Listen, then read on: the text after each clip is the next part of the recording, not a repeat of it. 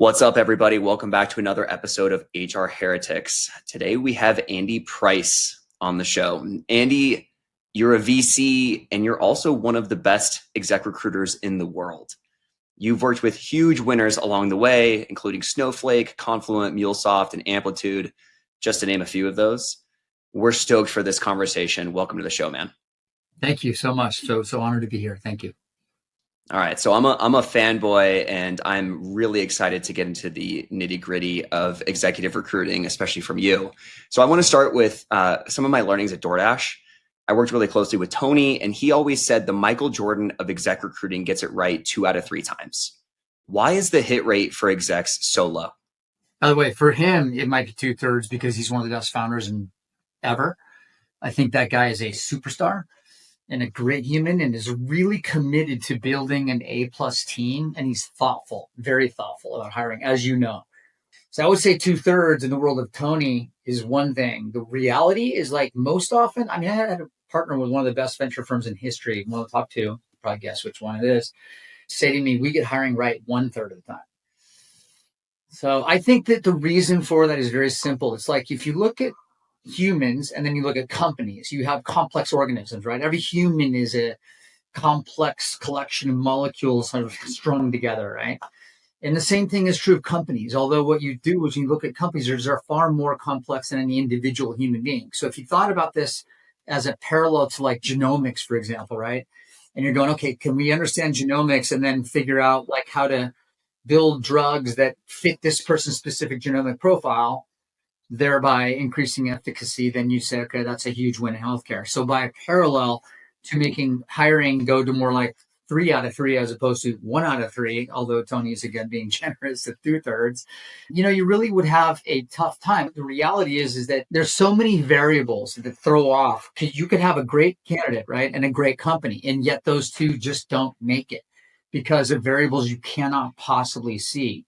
In my mind, the mitigation factors are really understanding who you are as an organization, what you need, and the standard BS, like, oh, we're this culture and this person has to be a culture fit. Usually your culture is wrong, or it's immature, or it's like incomplete, or it's a collection of subcultures, and it needs to evolve here, and the exec's supposed to take you there. But the resistance to that, impact that these people are here to make, right? There's no exec that's hired that's not there to improve something, right? Or change something. So by definition, everyone's into change management without even being able to articulate that. So I feel like mitigating these blow-ups is all about being really pragmatic as opposed to quote unquote aspirational about whether or not the person coming into your company or the company you're joining, if you're the candidate, are going to be this perfect harmonious situation. You have to strap in for some vibrations and wildness and chaos and ambiguity in order to be pragmatic about, okay, no, they're not perfect and neither are we. Let's try to figure out how we mesh together and give this person a chance to succeed. Does that make sense? And the fact that the industry is so immature still around organization development, HR, processes, onboarding, stuff like that, those are all factors in why you have what I call tissue rejection. So I want to know what you do to try and mitigate that. So walk us through, you close a client. Now we're about to kick off a search together. What is your process to try and mitigate that outcome? Yeah, so just quick detail. I run our fund. I do not even run our search firm. So what I do is I help with every search that's meaningful, effective, mostly the ones that our fund is involved with. But, if you're a high profile company and you're backed by one of our strategic partners, I will give you more of my time than normal. Yeah. So say Artisanal kicks off a search. What is the Artisanal process to mitigate a bad executive outcome? Good question. I think the best way to mitigate a bad outcome is you actually have to soak with a company. So when we designed our search firm, it was always with the view that if you had more time to dedicate to an existing company, then you would actually understand what's really going on. What happens in most exec searches, founder will get on a call because the VC said, call recruiter X, Y, or Z. And there's some really great ones out there. The great ones that I know that are competitors to our search firm, Artisanal, have the exact same thing in common with Artisanal, which is like, okay, let's do not just one flyby meeting. Okay, I need this. Okay, great. We'll go find that person for us. Send us a contract. We'll go find some people for you. That's like a simplistic way of going. And it's a reckless approach. The better thing to do is go, okay, what are you doing? Tell me everything's wrong with you. Tell me all your warts, all your problems, all the things that are not working. Don't tell me how awesome your company is. Tell me where it's going to go wrong. So the more we understand that, the more we can say, okay, well, the candidate's smart. If they're good, they're smart. They're going to figure this out on their own. Let's mitigate the concerns ahead of time so we can actually close them. Once they've been closed, how they are successful is they understand the work ahead of them. That means pulling out of the company. What is up with your company? What are your hopes? Yes. And where are your points of failure? So if you really holistically understand the company and then you go after the candidate, so that's the company side. You have to soak with these companies and understand what is really going on there. And the founders have to be super transparent and build some trust with the recruiters and say, look, I'm not perfect. Because any good recruiter will be like, we know there's something wrong. You're just not telling us. That's where the magic is. And then on the candidate side, I'll tell you what, I always tell founders, like, interviewing, most often you're likely to screw it up, add the wrong people. They've got an agenda. They don't want to get top. Finance person doesn't like salespeople. Some issue is going to happen inside your process that's probably going to be problematic. Process is overrated. Hiring process. This is the one magic thing you have to nail every single time. How do you back channel the hell out of somebody with people you trust in a contextually accurate way? Meaning, don't just back channel and talk to the person that worked for them 85 years ago, like that maybe knew them when they were 25. It's just an irrelevant reference. If you go after the people that you know, you might have some connectivity to, you can get the real book on this person. What is wrong? The more you know about what's wrong with people, the more you'll be able to understand what your tolerances are for the realities of their human self, right? And that's the important piece, is how safely, because you can't just go back channel people. A lot of these people are gainfully employed. The best ones usually are. You can't just back channel these people, without taking some risk, and it's bad form. But you have to do that work. So the referencing is where the rubber meets the road, where the client understands, okay, I'm going to get some questionable back channels on these people. If they're character related, they got fired for cause, they drink too much, use drugs, whatever they do, they, are inappropriate with people of opposite gender, whatever. Any of those character things, you got to walk or run away from that person. But at the end of the day, if you go, okay, this person doesn't understand demand gen as deeply as they should, but they're amazing at product marketing and general management of a marketing function. Can we live with this inadequacy of this skill gap? Is an easy one. The referencing piece is the number one factor. Andy, back channels was on my list for you because we've talked about it a few times on this show over the past year or so. And I had to hear it from you, kind of what your fundamental beliefs and philosophies are around back channeling, the do's and don'ts. How do you engage in that process versus the company? Because I've, hired CXOs for a while now, and it can be a nutty feeding frenzy. Everyone's freaking throwing snowballs and doing back channels, and all of a sudden it's a big mess. Like, how does that work for you? What do you do around that specifically? Well, anybody who's experienced enough, this is the interesting thing. It's like, if you ask me, if I was not involved in recruiting and I didn't have a recruiting company, I would say objectively this. There are 28-year-olds in the industry that are more interesting and smarter and harder working than anybody at my level, and all over the place, all over the industry. And they should be used to hire the kind of the up and coming, lower risk, lower visibility people. But when you go after a C-level hire for a company that aspires to be a $10 or $20 billion, $50 billion market value public company, you are trying to de-risk that asset. I know people don't go, oh, hiring is about de-risking, but that's just naive. You hire people to de-risk the long-term viability of your asset, period. I'm sorry, but that's what I believe after 30 years of doing this. And so doing that means that you need to have recruiters that actually understand who the target is. So a lot of times the VCs or whoever will refer recruiters, and sometimes even we get calls we're completely unqualified for. We go, sorry guys, call this person. There was a semiconductor call the other day, and I said, hey, call this guy at Spencer Stewart, he's the semiconductor guy. So you should only use recruiters that have native familiarity with the candidate you're hunting, meaning they should be specialized. They should be a go-to-market person or an engineering product person or a finance and HR recruiter or CEO recruiter, whatever they are. They should be specialists and natively understand the people you're chasing. And then in terms of orchestrating that back channel, this person that is senior enough to have the trusted relationship with the person that was at Coupa or Snowflake or whoever these outsized outcomes where you always want to try to aim at people that were with some meaningful company. You're looking for operators with some serious experience behind them. You should be able to get to hold of that person. And this is what you do. You just call them and you say, hey, I'm doing this. Do you have any ideas? First of all, see if they offer up your candidate. That's easy. And then if they don't offer up your candidate, you go, hey, I'm just kind of curious about this person. You don't tell them I'm looking for a, president of $1 billion privately held company. You don't named X. You just go, hey, I've just heard some things about this person. I'd love to get your take. You're very vague about why.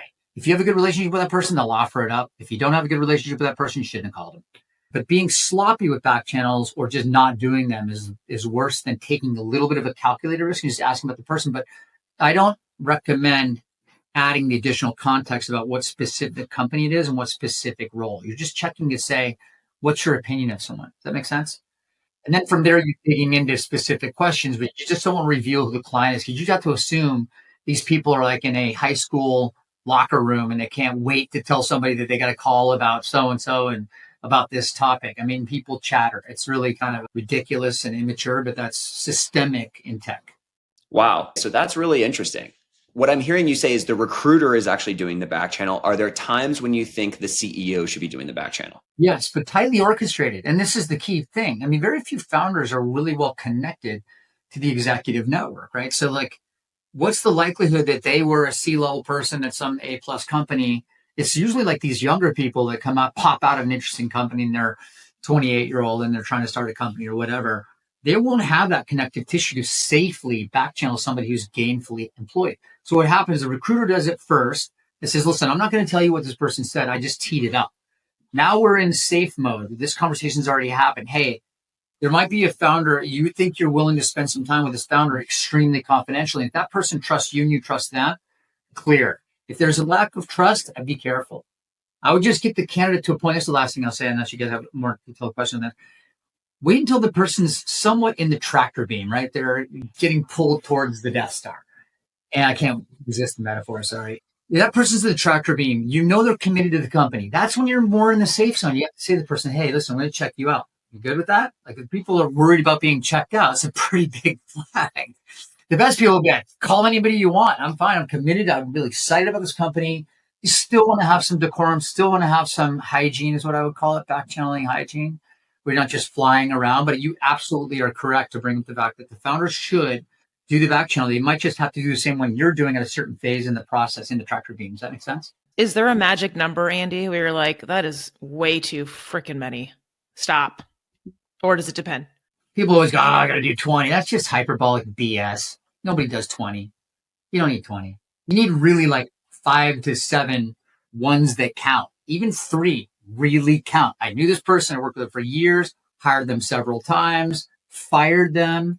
There's some like deep familiarity. You can get deep color. It's really about how much color you get as opposed to volume of people. It's depth of conversation, depth of context, as opposed to breadth of people, that number. Yep. I have one more on this. In doing this, in my experience, well, Andy, the thing that I've seen, you guys said 2/3 and 1/3. I usually say it works out 50% of the time just because my brain works simply. And usually the reason for it not working out, in my experience, isn't the person's technical or functional skill set or whatever. It's the personality fit. It's the vision fit. It's the dynamics once you get in there and you really are living with someone and you figure out you can't live with this person. And then I've gotten, right, well, let's get rid of them. 60 days, call the search firm. They didn't do a good job. They're not fit. Like, how have you handled that? Because that's something that's where it gets really messy. I mean, look, recruiters are the most overpaid people in the world. Like there were back in the 90s, it was like mortgage brokers and recruiters. They were the same. And now it's like recruiters. Let's be honest. So the reality is that the recruiters have to plant the right person and then be in constant contact with them. You should be talking to your candidates that you hired once a month, once a quarter, and you're going to detect what's going on. And the early vibrations, if you're doing the real work, actually happens after the hire. I mean, the hire is not that complicated. People overcomplicate it all the time. Your real work is making sure that organism that you just planted in this other organism doesn't have tissue rejection, organ rejection, whatever your metaphor. And so I think what you have to do is detect early issues. Did we overhire? What's happening here? Hey, candidate, we call our candidates all the time, say, listen, you should we recommend you worry about sales ops, for example, to our CRO. Hey, we're hearing a little bit of chatter about gaps, and some of the gaps have to do with just, data and analysis and coverage and the financial side of this stuff. We highly recommend you hire an ops person to mitigate that. You have to have trust with your candidate that they don't freak out because you give them some free advice. And it's really just a heads up. So you can mitigate a lot of blowout risk by doing that. And then also being a person that the founder or the VCs or both trust enough that you say, look, it's the founder's problem or it's a market product. We have these early stage companies all the time. They have no marketing, no product market fit. There's not a there. And so these sales execs are flopping around trying to find some traction, some repeatability. And in those early days, it's such a risky, chaotic thing that you really have to make sure that everybody's heads are screwed on properly, even before you start a search. A lot of times we look at these searches where you're like, you don't even need to do a search. You should definitely not pay any money to hire anybody, yet you are too early. Founders really need to lead sales, for example, in seed to A. You should never hire a VP of sales before an A, before some meaningful product market fit or traction. It doesn't have to be PMF per se, but repeatable traction. And so people, when they either overhire or hire too early, that's where we see a lot of volatility. And mitigating those things is either not doing a search in the first place and convincing the founder to wait until they're ready, or having sanity checks early and often about what is appropriate at this particular stage of a company. There's not a lot of Chris Degmans out there that can go from zero revenue making cold calls. I think he made 1,000 a week or something like that in the beginning of Snowflake, all the way to $3 billion public company. There are about maybe 5 of those in history. That's not normal. That's not normal. Hey everyone, we'll be right back in a moment after a word from our sponsors. Real talk, most talent leaders haven't yet cracked how to leverage AI for meaningful impact on their hiring processes and business goals. But the leaders who are effectively using AI to transform their recruiting team's efficiency and quality use Metaview. Metaview is the AI assistant for the interview process. Their AI records and transcribes hiring conversations, like intakes, interviews, and debriefs, then provides perfectly summarized notes of everything that was discussed. That means your people can focus on creating human connections with candidates during calls and save time on the busy work of cleaning up notes after every interview. But it's so much more than just a time saver, because perfect notes means perfect data. For every candidate and every pipeline, hiring teams can make confident, informed decisions, and talent leaders can finally take control of the interview process. Join forward-thinking talent leaders at high-performing organizations like Brex, HelloFresh, and Quora, and check out Metaview. Head over to metaview.ai/heretics to talk to one of Metaview's product experts, or get started for free. You'll be up, running, and AI-enabled in minutes. Love the fact that the work starts after the hire is made. I can't tell you how many execs don't have an onboarding plan. It's just kind of like, rant. And, I've always been very close to the exec recruiter and the hire, right? That chief people officer of that company. It's almost like a triad, a trusting triad between the exec recruiter, the CPO, and the new officer on we are here to hug you, make it successful, good, bad, or ugly. And that doesn't happen a lot. Be surprised. It doesn't happen. I don't think I've ever seen it. And I love the idea of the exec recruiter post hire giving asymmetry to the new hire. Hey, you need to cover this blind spot. Because that's everyone's incentives are aligned, right? Because if that person churns out, then you're doing the search again. They don't want to get fired. The company doesn't want it to fuck up. I love that as a practice. And I don't think I've ever actually seen anyone do that, which brings me to, how should companies vet search firms? That's a tough one, man. Do you know the candidate I'm trying to hunt? Period. How natively do you know this world? When this is why I left my last company. It was a solid company. It just wasn't completely focused on specializing. And I learned from a competitor that specializing was the only way forward. This is 8 or so years ago. And I felt like if you're going to survive and actually thrive, you have to be deeply specialized. And so I looked at other companies that were really doing well and really kind of owned that and said, we will not have any generalists in our search firm. And so I think that, looking at a wide sample, saying, okay, have they done relevant searches in our space fairly recently? And then when the search firm comes to the table, they should be coming in the first meeting with ideas for the founder to consider. Period. I did my homework on the thing. I looked at your website. I looked at your competitors. Here's my observations. And here's some ideas. It might be terrible, but it's early A/B testing. And the founder should be sitting there being like, does this person kind of come prepared? That's a good sign, And there are people, like I said, these 28-year-olds that'll come. There's one guy at a competitor of ours is a 28-year-old CEO recruiter. And the guy's amazing and really impressed me. I mean, I just got to know him, and I have a lot of competitors that I really deeply respect and learn from, even if they're younger. And this guy has the he has it down on prepping and coming to meetings, ready to think about, okay, what could make sense for this kind of company? Like I said, even if they're wrong, it shows they care about prep work. They studied your company. They thought about it. They didn't just mail it in. So people should look out for sloppiness. They should look out for search firms that have no A-plus clientele. What happens is a lot of times people go, oh, just call so-and-so because you can get a search done more cheaply. There are search firms out there that'll give away the service. And you go, okay, well, let's look at their clientele. It's a bunch of F- companies. So if you're a candidate and you're well placed, which is where all, like I said, the best people are 90% currently employed. And that's the bane of the recruiter's existence. You're carving people out of situations. They don't need to take your call. You got to give them a good reason. A good reason is having an A-plus clientele and really saying, this is what we stand for. We don't take companies that are turnaround, shrinking, this, that. And there are a handful of recruiters out there that figured this out a while ago, and they're snotty as hell. And I think what you need to do if you're a quality company aspiring to hire quality people is have a native familiar to the animal this company needs to have, whatever stage, whatever category it is. And then B, some cachet, some kind of marketing punch. So the candidates look at that and they go, I got 10 calls this day. I'm taking these two. These two firms called me and I looked at their website. I looked at the way they approached me. This is a group that's highly professional. What happens, like I said, is there's this fee erosion in the industry. Certain firms are sold out. I won't name them. Certain firms are sucking wind and getting cut in half in a year. This has been a tough economy for 90% of the industry. So they're willing to take deals and then do 30 of them at a time for under 100K per. And some of these founders go, oh, yeah, I can get a search for 60K from a C- search firm. And then a year later, they wonder why they got a C- candidate. Okay, well, you get what you pay for. And I'm not saying to promote Artisanal. There is another firm that's more highly priced than Artisanal that I won't name just because I don't even know if the founder, who's a friend of mine, would want to be named, but it's like they go really high end and they do very small amounts of projects and they're extremely bespoke and they have a great clientele. We really love and respect those guys, even though they're arch rivals. And we think that's the correct way to do things.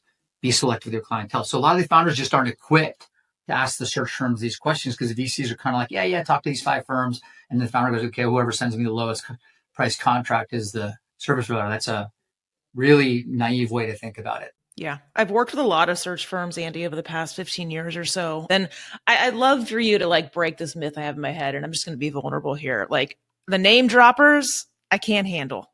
Is that a thing? Because I've never actually asked the person, but I've gotten on these calls. They're like, yeah, I've been around. I know this person. They're a friend. We'll give them a call. Yeah, I know this person. I mean, it's like the name dropper. And it was just like, am I at a used car lot? What's going on here? And I've had founders be like, they know everyone. This is great. I'm like, no, this is not great. This is weird. And it feels off. And, you're one of them. And I'd love to know if that's a thing or not, or if I'm making this up in my head, because I'm personally annoyed this is happening.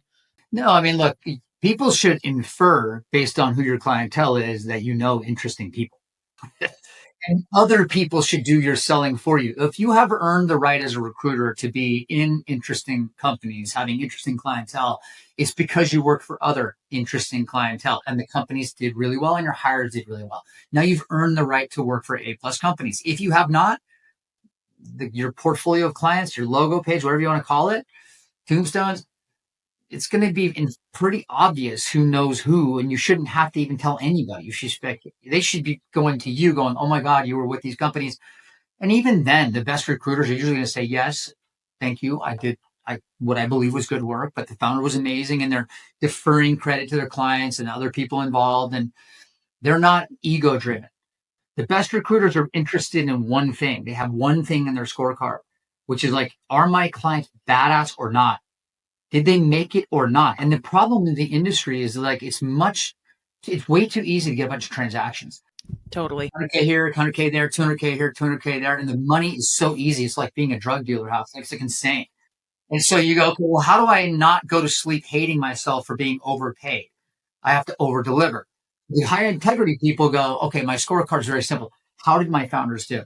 They are my founders. When a good search firm takes on a company, they need to think of themselves as an extension of that company, as if they work within those companies' quote unquote walls. That company is their baby. That company is feeding their families, putting food on their table, rent, mortgages, college tuition, 529 plans, cars. You do not live without your clients. And people that have that view, everybody knows who they are. It's the people that care. And that caring is manifest in how well did their clientele do over the years. Does that make sense? Yes, thank you. Thank you for validating that. Andy, you had mentioned that 90% of the best talent is currently employed. What I continually hear right now in today's market from founders is, oh, there's so much great talent on the market. I don't even need a search partner. I'm going to run this search on my own. What would you say to those people? Good luck. I mean, we love it. I mean, like sometimes I've seen go, wow, oh my God, they got that person. How they do that? And I said, okay, we did it in our network, or some talent partner at Andreessen or Sequoia or whoever did an amazing job. I mean, you grab somebody out of the network that made sense. Yay. That's what you want. I mean, honestly, I'm not really a VC. I do VC and recruiting are kind of weaved in. I'm a company builder or a helper to founders that build companies. Don't really have a title. So don't think of me as either one, really. Yeah. So a lot of founders right now are saying there's a lot of great talent on the market. I can run this search on my own. What would you say to those people? Yay. Great. Good luck. This is how you should do it. What happens, a lot of founders get inbounds from their VCs and go, oh, just call this person, go to that person. And the founder thinks the VC will have vetted that candidate, when in reality, they may or may not have. Maybe they came and said, look, this person was the CRO of my last company. They sold it for billions of dollars. It was a great company. You should 100% hire this person.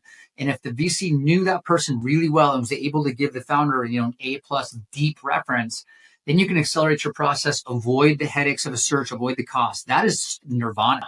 So when I say that, I'm not saying that as a VC or a recruiter. I'm saying that as a helper to company builders, right? To founders. It's like, if you can avoid doing a search, you should. The problem is a lot of these people will try. I know this one company's worth $4+ billion now on about 150 million ARR. Won't name the company. They've been trying to hire a CRO for over a year on their own, failing miserably. The person who's in seat right now is killing it and getting no credit. It's amazing that they've held on to anything at all. You feel like the company might just hit the wall any minute right after doing a big financing. And I think the real challenge there is the founder's calculus was completely wrong. Oh, I can save time if I do it myself. Searches will take 3 months. I can do this in 1 month. And a year later, they still have not hired anybody. That's a real problem. As you know, hiring sneaks up on you. Time is not your friend. You have to hire ahead of the actual need, because the people have to come in. There's a lead time. They got to bring their people with them, hire them, train them, onboard them. And entertainment kind of goes all over the place. So just in the case of sales. So I always say to people, try, but fail quickly if you're going to fail. Having said that, I'm not sitting there telling founders in fact, we help the founder that we're backing avoid a sales search, help them hire somebody that came out of their network. Person was a home run, grew the company from 1 to 15 to 50. That's not bad. And the company's worth, it's a unicorn. It's a really A+ cloud company. I mean, this guy, and we're rooting for this guy all the way. So when you can avoid a search and you get a high quality person, you should absolutely do that. The problem is founders just don't know how to score the risk versus reward and the time value. If you just fail to actually hire that person. Last thing I'd say is that what founders don't know, they don't know what they don't know. They don't know when to do referencing. The candidate kind of wants to talk to somebody else and be like, hey, this founder kind of screwed something up. I met this person. I really liked them.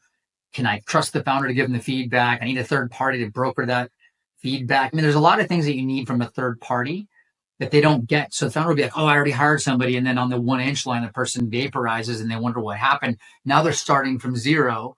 Have to go hire the search firm. Search firm that's good is always sold out. It needs a little lead time to get started. So, you can exponentially score your time value in terms of lost opportunity and say like, okay, for every month that I waited, I probably actually lost 2 or 3 months. Yep. I could not agree more with the time thing. It's like starting the Titanic engine. It takes a while. You know what I mean? And I've always been a fan of staying close with the search firms that you work with. Always have the wheels greased, have lunch, have a drink, have dinner, understand what's going on in the market, right? I mean, you don't have to, that engine doesn't have to go to a stop, is what I'm saying. And that's beneficial even when you don't have a search. Exactly. But like I said, there's an example. I mean, I would love to name the company. I'm just itching to, because this founder is this Israeli, brilliant, 8,200, veteran, and the founders are if you could probably guess who the backers are. And this guy popped up in this founder's field of view and he said, what do you think? I said, let me make 2 calls for you. Made 2 calls. They were A++ back channels. We said, you know what? We can try for 3 or 4 months to hire somebody that might be incrementally better than this person, or we can land them and go for it. We landed them, went for it, and the company has trounced every competitor by miles. So that's an example of like, okay, if you can do it and you can do it quickly and with conviction, do it. Now I'm going through all the companies in my mind trying to guess it, of course, but Yeah, and I'm going to stay on with you after. I think I know who it is. Okay, so I want to talk to you about up and comers. And I think there's this big debate that's gone on forever, which is, do we hire for experience or do we hire for trajectory? I want to actually talk about one of your recent LinkedIn posts that just absolutely went off. You describe a situation where the up and comer gets the opportunity to run the show. They crush it for a few quarters, but then they miss badly and they don't know why. The CEO decides to layer the up and comer. In most situations, the up and comer leaves. But what you're describing in your post is a few recent situations where the person puts their ego aside and decides to stay for a year or two learning from their new manager. What are these CEOs doing that are able to keep these people around? Well, it's not just the CEOs who are doing it. It's the person that's layering the incumbent. Okay. Oh, interesting.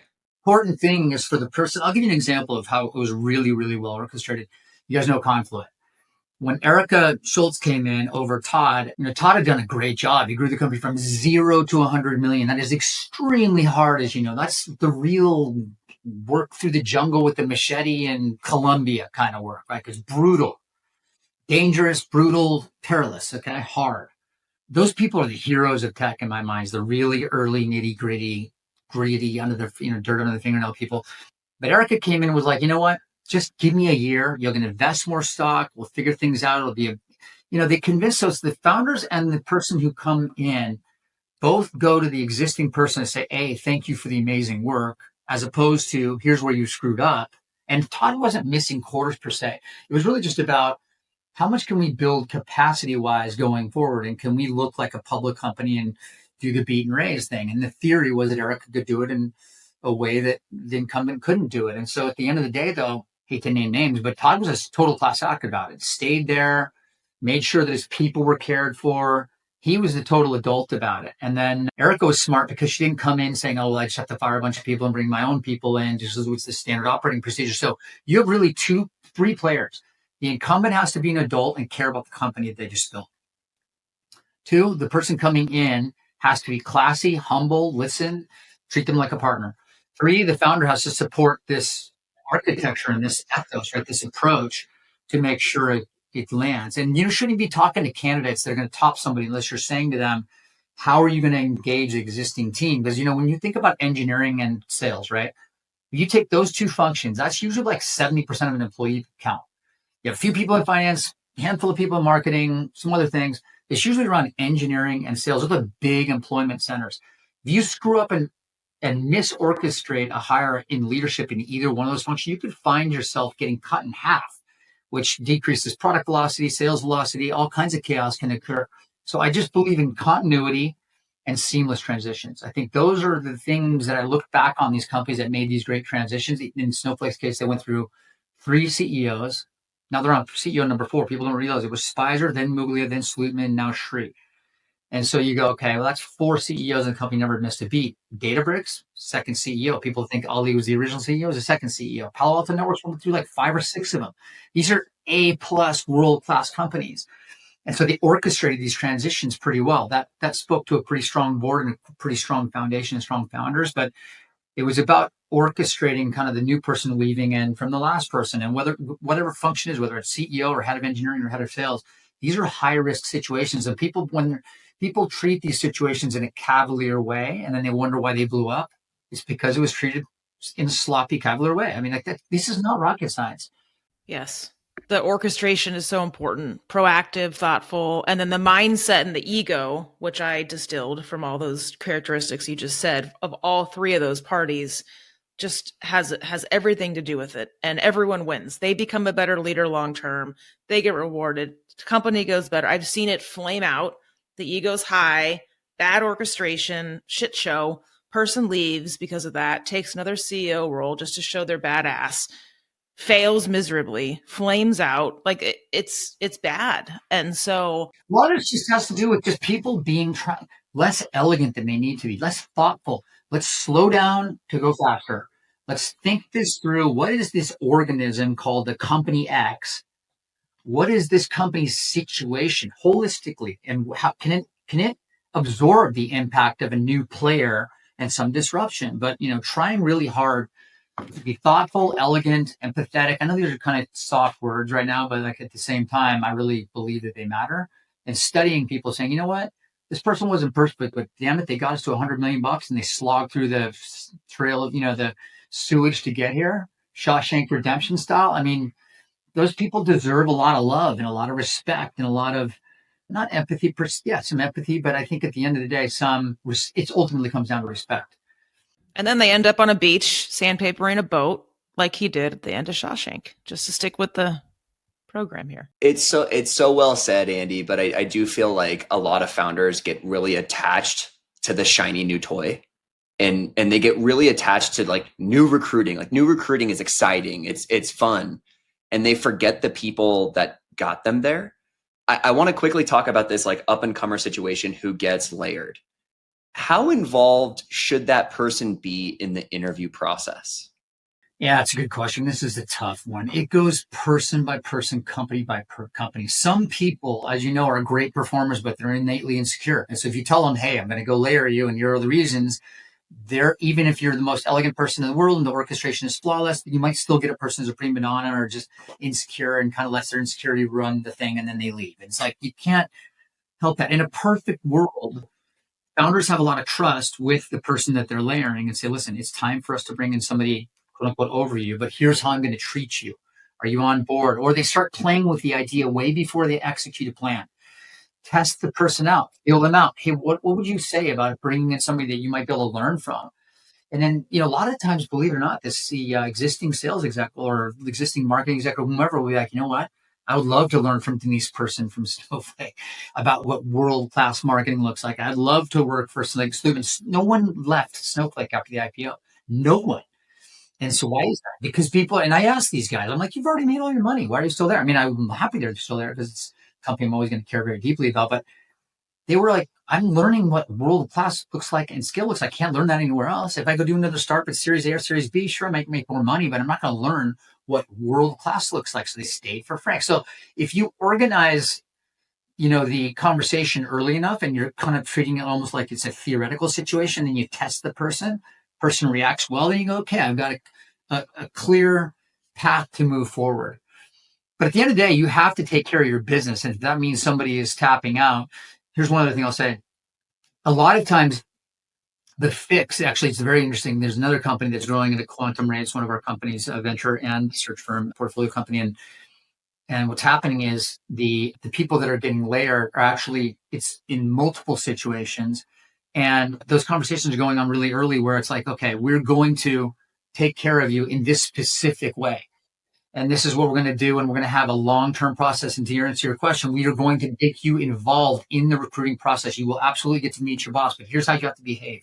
You can't grill the person. It's not your role to eval. Your role is to get to know and make sure you're comfortable with this person, but you can't sit there and grill the person so that it looks like the fox is guarding the hen house. And the next thing you know, the candidate walks away. So to answer your question more specifically, you have to feel people out, see if they're going to be a team player or not, then make your plan from there.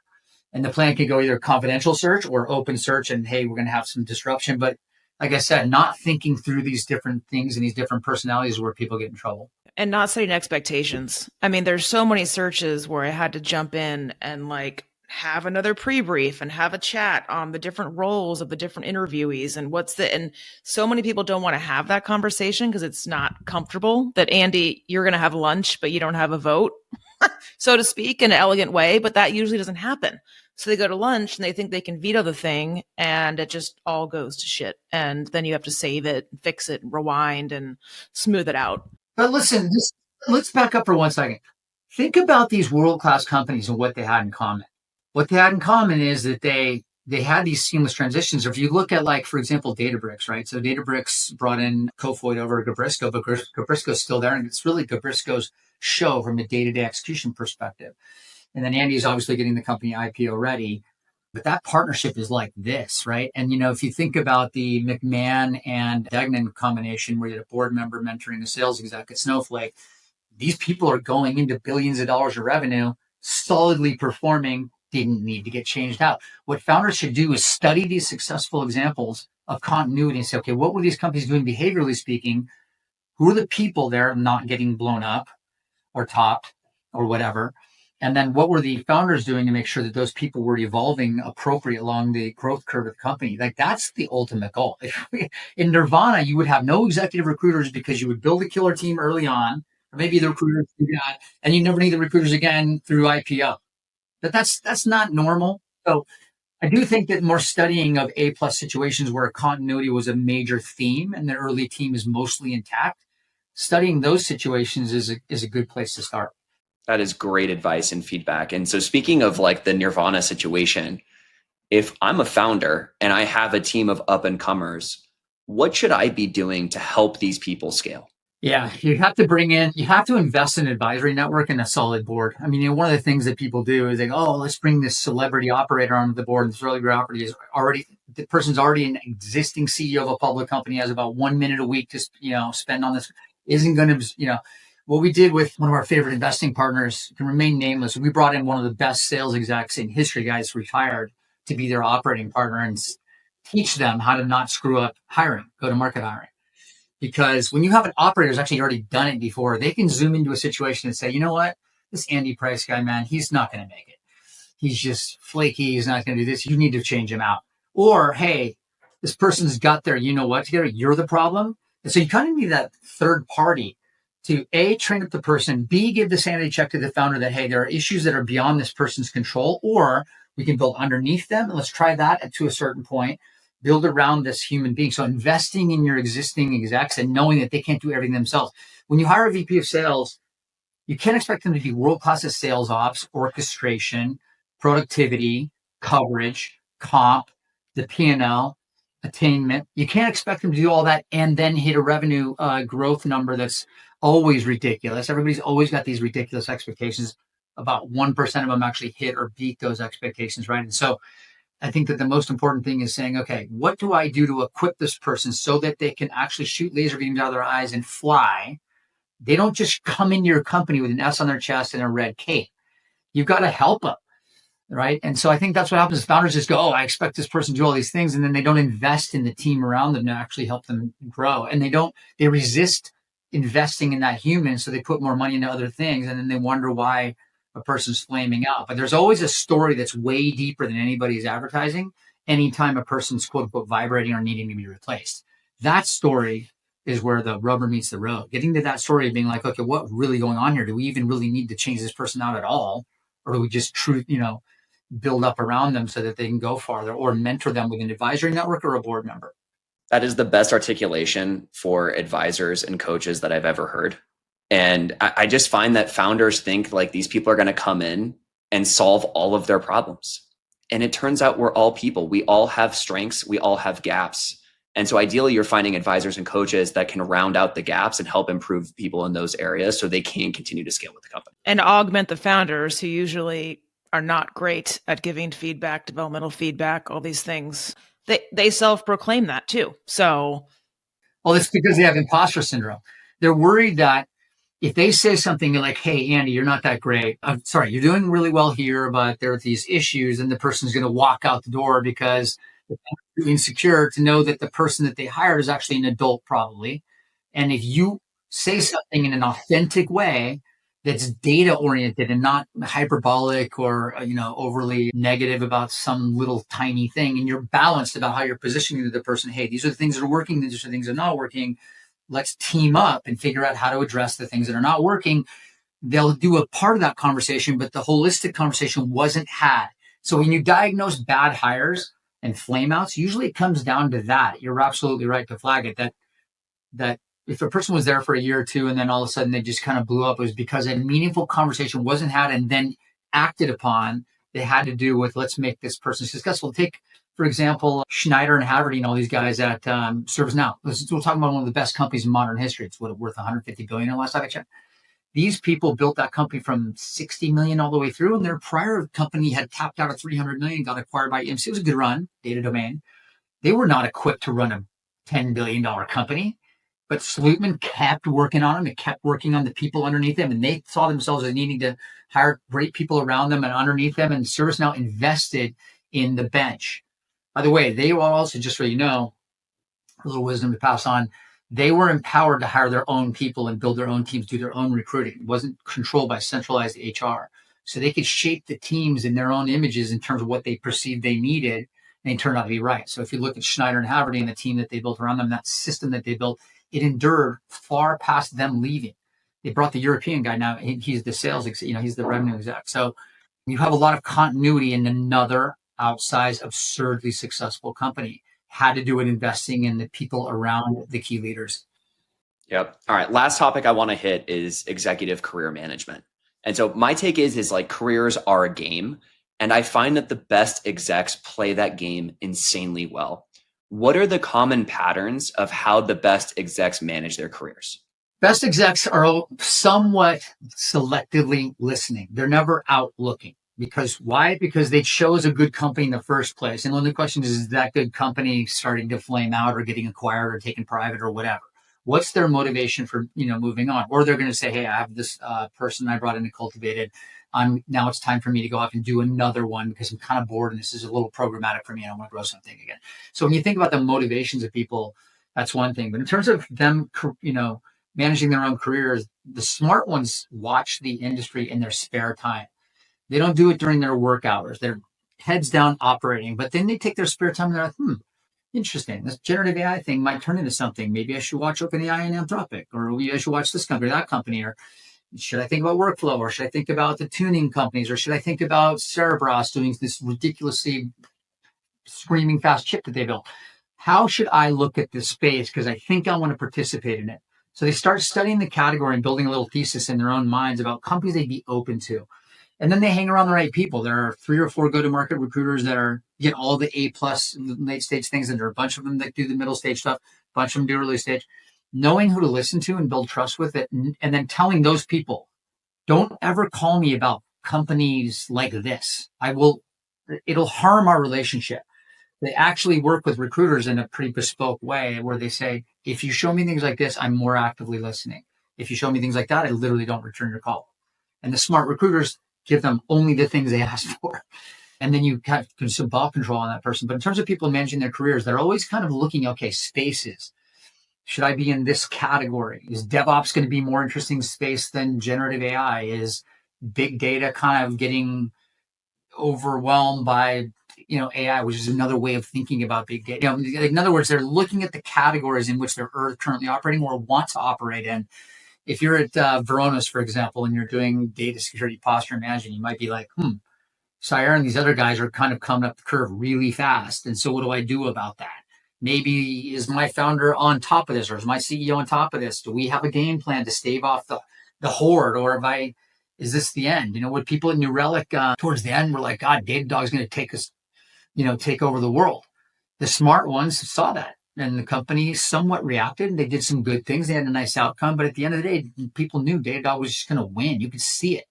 And so I think that the smart people are really aware of their own situation and the futility sometimes of the situation that they're in early and often. And either they do something to fix it, or they, okay, I'm on the wrong horse, and then I'm going to move to this horse. But they have a point of view on the kinds of things they're open to and why.